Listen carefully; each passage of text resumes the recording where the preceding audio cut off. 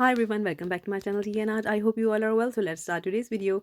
So today I am using Vaseline petroleum jelly. So I did a previous video on this Vaseline technique, and I will link that in above description. So someone in that video commented me to use petroleum jelly and cling film in resin. So I thought, why not try that? Because in that video I use petroleum jelly to create the water effect. So in this I will be doing the same. So I'm scooping out the Vaseline into the mold here, and I will be using a lot of Vaseline into the mold. So you can see what I will be doing here. At the moment, I'm just putting up a layer of Vaseline into the mold. So here I have covered my mold into the Vaseline, and now I will be taking the cling film here, and I will be putting that onto the top of the Vaseline. So I suggest you to use a mold that is already been used multiple times, or use a less expensive mold for this technique. So I'm just sorting out my cling film because it do get wrapped up really quickly. So here I have placed the cling film onto the Vaseline. So it's sort of a crushed effect that you do in resin, but this time it's Vaseline down. So I'm creating a water effect again here. So I just put up my cling film on top of the Vaseline. And now with the help of a stick or any tool that you know that can't rip your cling film, I will be making waves. So this is again really up to you how you want to sculpt your waves. So this is an experimental video and I really don't know how this turns out, but I like the idea to use the cling film instead of using Vaseline direct with resin. So this creates a barrier and my resin is protected. So I'm trying really my best to create the waves as I can.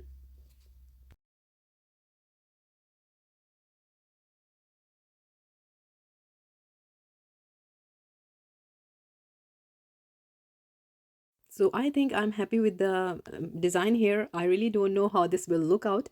So what I'm doing here is I'm just using the reverse alcohol ink technique here. So I'm just dropping some alcohol inks into the mold. So you can mix your resin color into the resin already, but I did this. I hope this works out.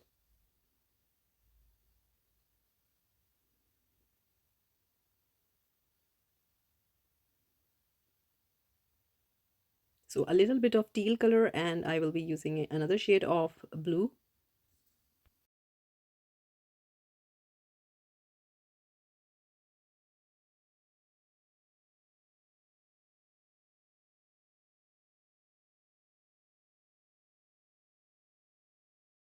So I was about to pour my resin into the mold, but I noticed that my resin was getting thicker, so I was working really quickly here.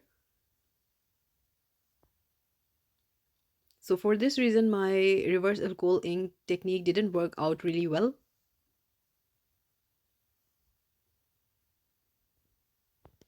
So here I'm just pouring resin into the mold.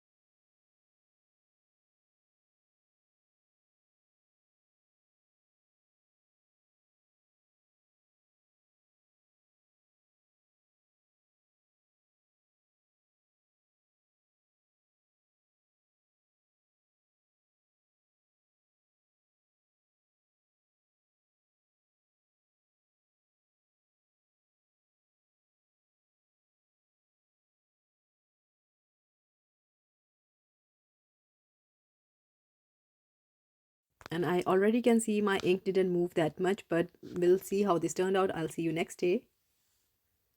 So this is the next day and it's all cured now. So let's see how this turned out. I'm really excited about that, because last time I made it out of the Vaseline, I had to clean up the resin a lot. So this time I had a cling film as a barrier. So I think this will work.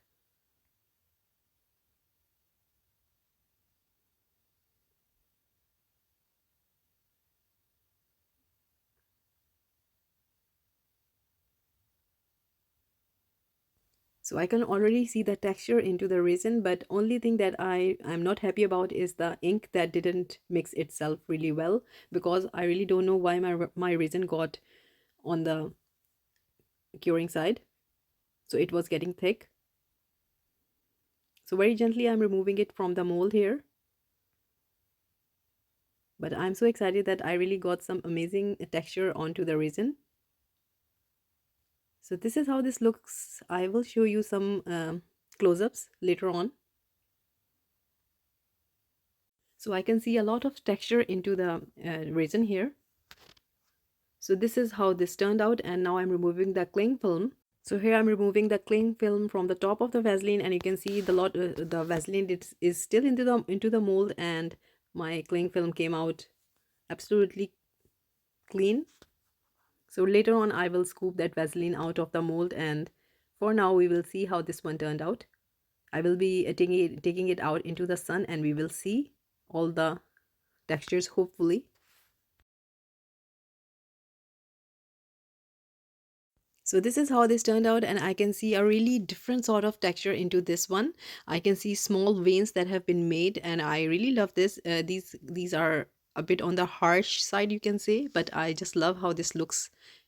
So there are so many ways you can get beautiful textures on your resin pieces by simply using some DIY stuff. So on to the second step now, and that is, that I always make a duplicate out of this resin water effect. So I'm doing the same here. I put the resin piece back into the mold and just make sure that it's fit accordingly. And after that, I'm using this liquid latex, and I will be pouring that on top of my resin piece. So here I'm pouring my liquid latex on top of the resin piece. So I do that because this creates a barrier in between the resin and my second resin piece that you will be seeing that in a minute. So I'm just moving my latex around the mold here so that it covers every part. So after pouring the latex and covering my resin piece, I will be putting the rest of the latex back into the bottle, the extra latex, as you can see, and I will be doing this 2 times, and when it's dried I will be taking on to the next step. So this is next day here, and I have mixed my resin. So this is the pigment that I will be using. So I added few drops into the resin here, and I'm just mixing it.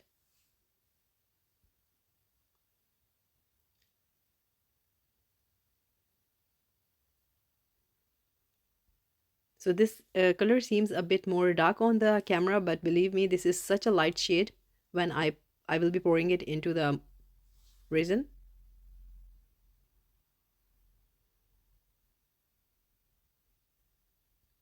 So here is my piece, and you can see the latex is all dried now, so it's transparent. So I will be pouring this resin on top of it.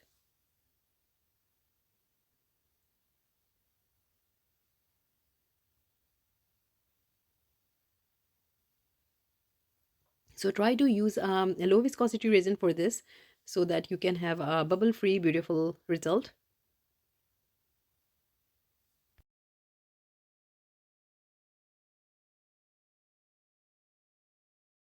So a little bit of heat gun, and I will leave this to cure, and I will see you after 2 days. So after 2 days, this was actually a low viscosity resin, a deep pour you can say. So it took me some days. So actually this piece was cured, and I'm demolding it after a week because I was doing many different projects in between.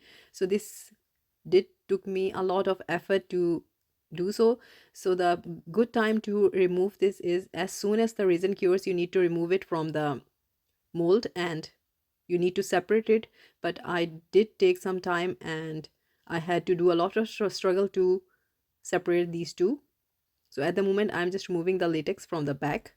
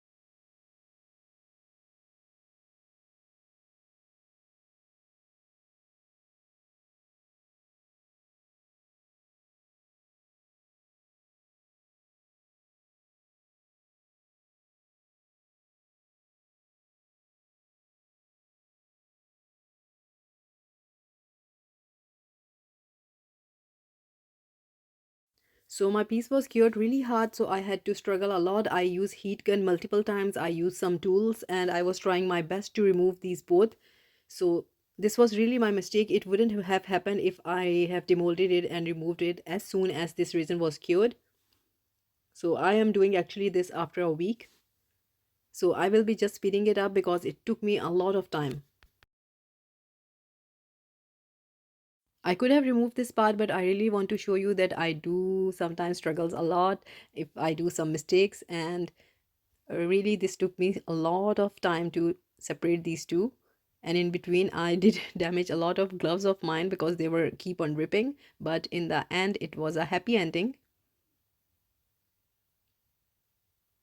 So now after a lot of struggle it was finally over, and I had the copy out of this resin piece, and this is how this turned out.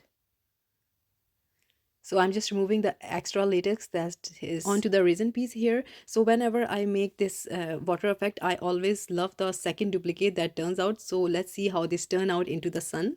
So this is the final look out into the sun, and you can see this one turns out to be really beautiful from the original one, and this looks so close to the water effect here. So I use some cellophane paper underneath the water this effect, and I really love how this look with the cellophane paper. But then really it's up to you if you want to keep it simple or with cellophane paper. So I am trying different techniques on smaller scale, and as soon as I think I'm happy with this one, so I will be going bigger soon, as I am keep saying that I will be going bigger, but I will be soon doing a bigger project here. I think this one also turned out amazing, and you can see in some pictures it's really looking like a water. So I hope you like it, and if you did, please do let me know in comments. And also like, subscribe and share. Thumbs up if you like the video, and if you haven't subscribed, please consider do so, and take good care of yourself. Bye bye.